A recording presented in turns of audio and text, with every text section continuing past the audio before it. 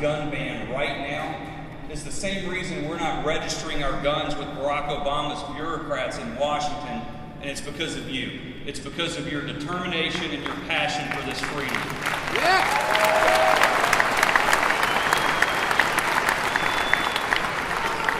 And when it comes to determination and passion and a love for freedom, look at Ted Nugent. Everything he does is about celebrating this great freedom.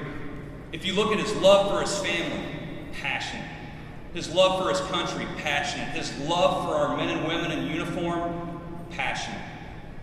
His celebration every day, the way he lives his life, is just a great, passionate display of freedom. Now, his life covers so much. His bodies of work are so diverse that we all have our own favorite Ted Nugent story. You know, some of you probably remember the first time you heard Cat Scratch Fever from the rock star Ted Nugent, and remember that one, you love it. Some of you remember the first time you saw his hunting show and saw how he loved shooting that deer or shooting a pig or shooting something else, and that was your favorite. I have my own personal favorite. It happened not too long ago, and it was the political leader, Ted Nugent, who absolutely bitch slapped Piers Morgan on CNN.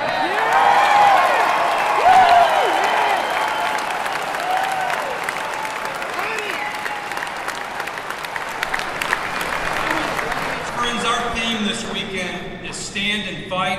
So let's all stand up for a guy who's always fighting, our friend Ted Nugent.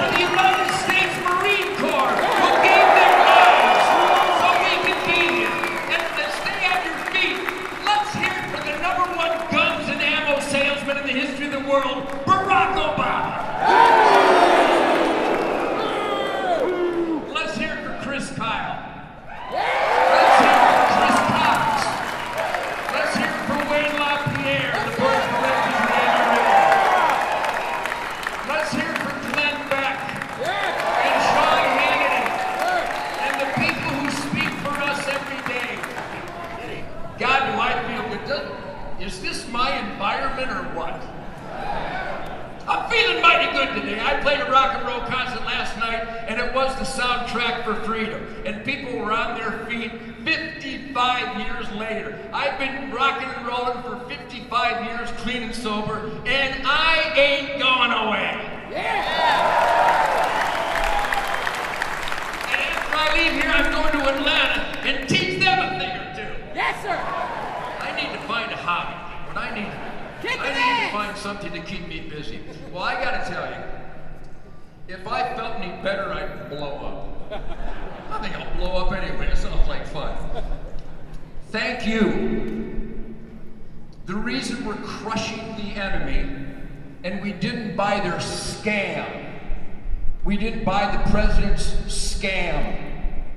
The scam artist tried to scam us that somehow you and I, having more background checks, would have saved a kid's life. How soulless can you get? When he looked at those cameras and said that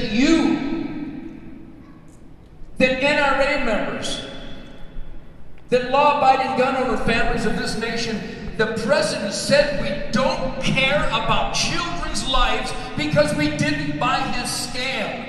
He's a bad, bad man. Yeah!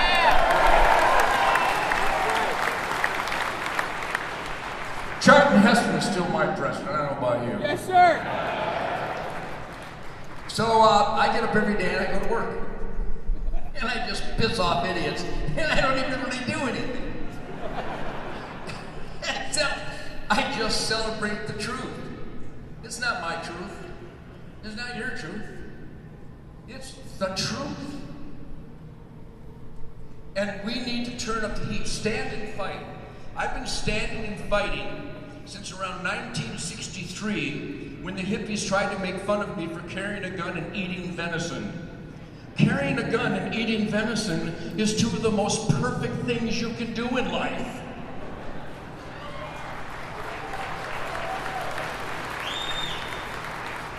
And by the way, you know, it's so much fun.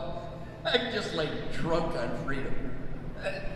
I'm having so much fun. I go to bed at night, I can almost hardly sleep because I'm still giggling because I'm picking Pierce Morgan's skull tissue out of the cleats of my dancing shoes. And by the way, those were cute footages. I hope you enjoy that because it's fun to dance on idiot skulls. But I really have thousands of hours of that. Because if you dare attempt to argue with me about my right to self-defense, I will just have to destroy you. Who in here has never heard me destroy idiots in the media? Does the word wallpaper carpet bomb ring any bells? So I am so buoyant, I am so happy, I'm so moved, I am so driven, I am so high on independence that it's a tragedy any of my Herculean energy has to go to fight the numbnuts. But it does. This is a culture war. They want our freedoms. They want to turn us into a suburb of Indonesia. And everywhere I go, every night on stage, we autograph a bunch of guitars and drums and arrows and bullets and guns and more bullets. And we autograph them. And people pay a lot of money for a Ted Nugent signed bullet. Is that adorable? Tom Petty never did that. Jerry Garcia never raised any money for a children's charity, signing a machine gun.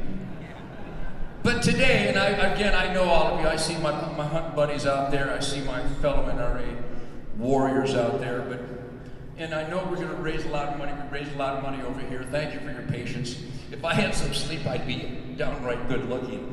But I'll never get any sleep, but your patience is much appreciated. And we're going to raise a lot of money for the most important causes in the world. Children who didn't do anything wrong and have a hard time, have health problems. Every time we do this, you give and give and give, which is why Barack Obama couldn't get it more wrong. Every time we donate a hunt to the Children's Leukemia Foundation, to the Ronald McDonald Cancer House, to the St. Jude's Children's Hospital. Every time we donate hunting trips and sign bloody arrows and skulls, we always raise the most money because NRA members care more. Yeah!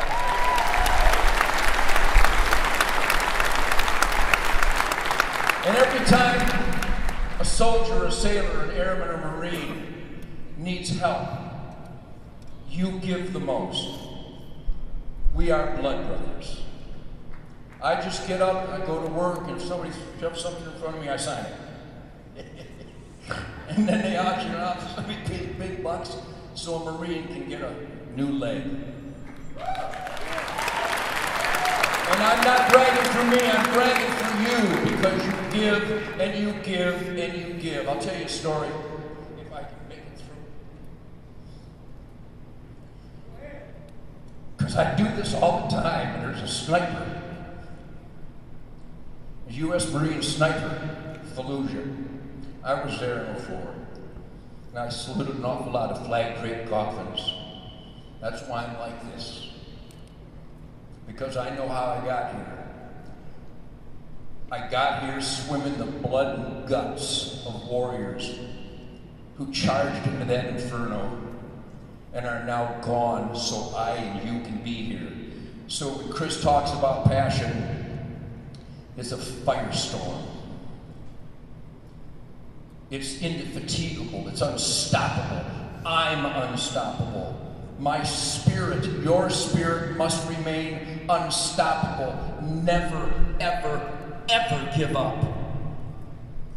So this Marine, 22-year-old Josh, First day, Fallujah.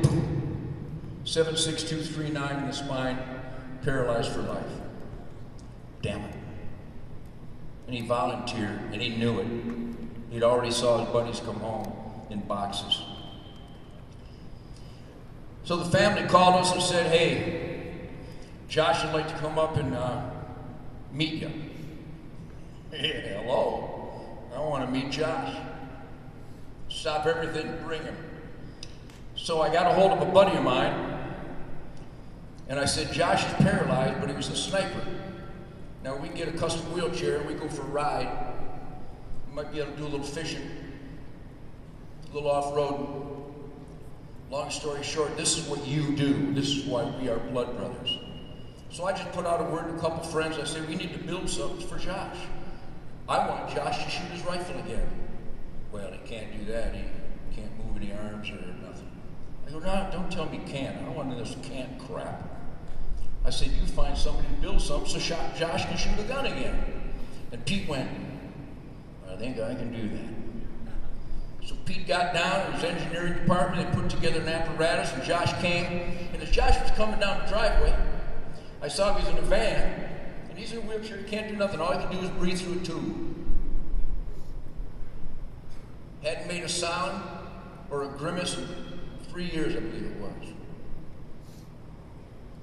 I saw the van bouncing down my cabin driveway. I said, Jim, call B.F. Goodrich, get a new suspension for that van. I want new springs, I want new shocks, I want 3-stage off-road suspension, I want new tires, and I want, next time you come down, I don't want so much bouncing. Now, I'm a big fan of bouncing. Most of the time I go, I want more bouncing. But that's what we do. So B.F. Goodrich and all my off-road buddies from Summit Racing, they put together a suspension to fix Josh's van so it would ride smoothly, because he's in there on that chair. You with me? Josh comes down. Pete put together this apparatus called the,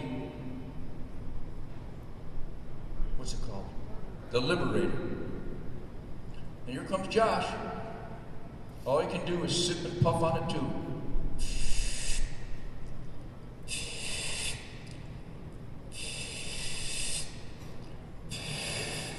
And I said, Josh, wheel your ass over here. Got a rifle on the Liberator. Got a sip puff tube on the rifle. Got a screen. Got the crosshairs on the screen because Josh can't move his neck. So we put the screen where Josh's eyes were. We replaced his wheelchair tube with the Liberator tube.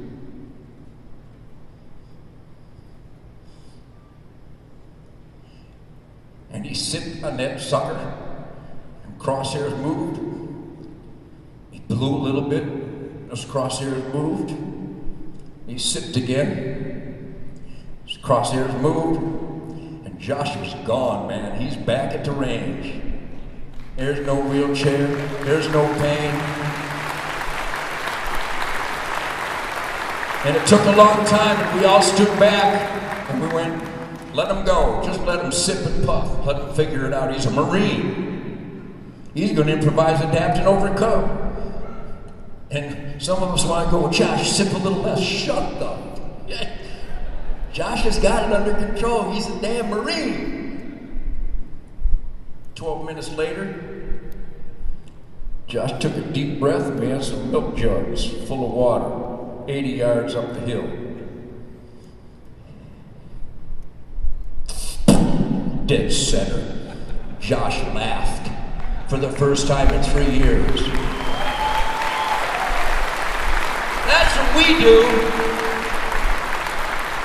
That's what we do. And so when I hear the liars from the White House, when I hear gun-running attorney generals lie, when I hear the scams from a Secretary of State that refuses to provide security after it's begged for time after time again, and we lose 4 American heroes in the most dangerous areas in the world on the anniversary of 9/11, and then she squawks when we ask her why she didn't provide that security. I want to throw up. But instead, I just fight harder, fight stronger, fight more often, and fight smarter so we can get these dirty subhuman punks the hell out of our government.